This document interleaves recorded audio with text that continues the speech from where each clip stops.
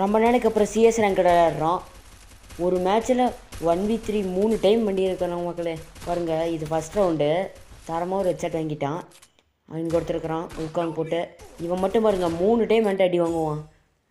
நம்ம டீம்மேட்டு கரெக்டாக ஒருத்தரை நாக் பண்ணிக்கிறான். சரி, அதுக்கு முன்னாடி மறக்காமல் சேனலை சப்ஸ்கிரைப் பண்ணிட்டு பாருங்கள். அதுங்காட்டி பின்னாடி ஒருத்தர் அடிக்கிறான். இப்படி சேலஞ்ச் இருந்தால் மறக்காமல் கமெண்ட்டில் சொல்லுங்கள். உங்களுக்கோசரம் நான் பண்ணுறேன். சரி, இப்போ முதல் ரவுண்டு அடித்தாச்சு. இப்போ 2வது ரவுண்டு பாருங்கள். தரமாக ஒரு ஹெட்ஷாட் விழுவும் பாருங்கள். இப்போ பாருங்கள் விழுந்துருச்சா. சரி, இந்த கிரானைட் எடுத்து அங்கே போடுவோம். அதுங்கிட்ட ஒரு மெசேஜ் வந்துருச்சா, தட்டி விட்டுருவோம். கரெக்டாக உள்ளே போட்டால் கரெக்டாக நம்ம டீமேட் ஒருத்தர் நாக் பண்ணிட்டான். சரி, நமக்கு ட்ரிபிக் டேட்டன் வந்துருச்சுன்னு சொல்லிட்டு விட்டாச்சு. சரி, இது அடுத்த 3வது ரவுண்டு. இங்கேருந்து அடிக்கலான்னு பார்க்குறங்காட்டி தெரியாமல் ஜம்ப் அழுத்திட்டேன். சரி, இப்படி சுற்றிக்கிட்டு போய் கிட்டே போய் அடிச்சிடலான்னு பார்த்தா பாருங்கள், மறுபடியும் ஊக்காங்க நமக்கிட்ட அடி வாங்க வந்துட்டான். இவனை தரமாக அழுத்தி பிடிச்சி முடிச்சாச்சு. சரி, மெடிக்கெட் போட்டுட்டு இன்னொருத்தன் அடிக்கலாம் அப்படின்னு மெடிக்கெட் போகிறங்காட்டி அவன் நம்ம கேரக்டர் ஸ்கில் போட்டான். பாருங்கள், போட்டுருவான் பாருங்கள்.